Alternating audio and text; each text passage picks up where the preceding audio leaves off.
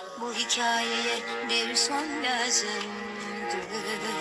Öyle uzaktan hiç konuşmadan nasıl da bağladın beni. Hani bir geldin bir kayboldun, esrarlı mardun, aklıma sardım seni. Bomboş koca dünyanın durur hep tersine. İstersin azalsın yüküm, ağır ağır omuzlarım düşer yerlere, anla.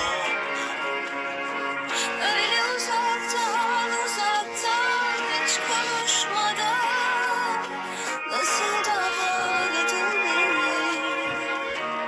Hani bir geldin bir kayboldun, esrarlı.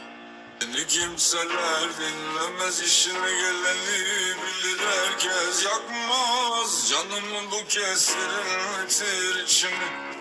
Senle bir anı, sen kal ben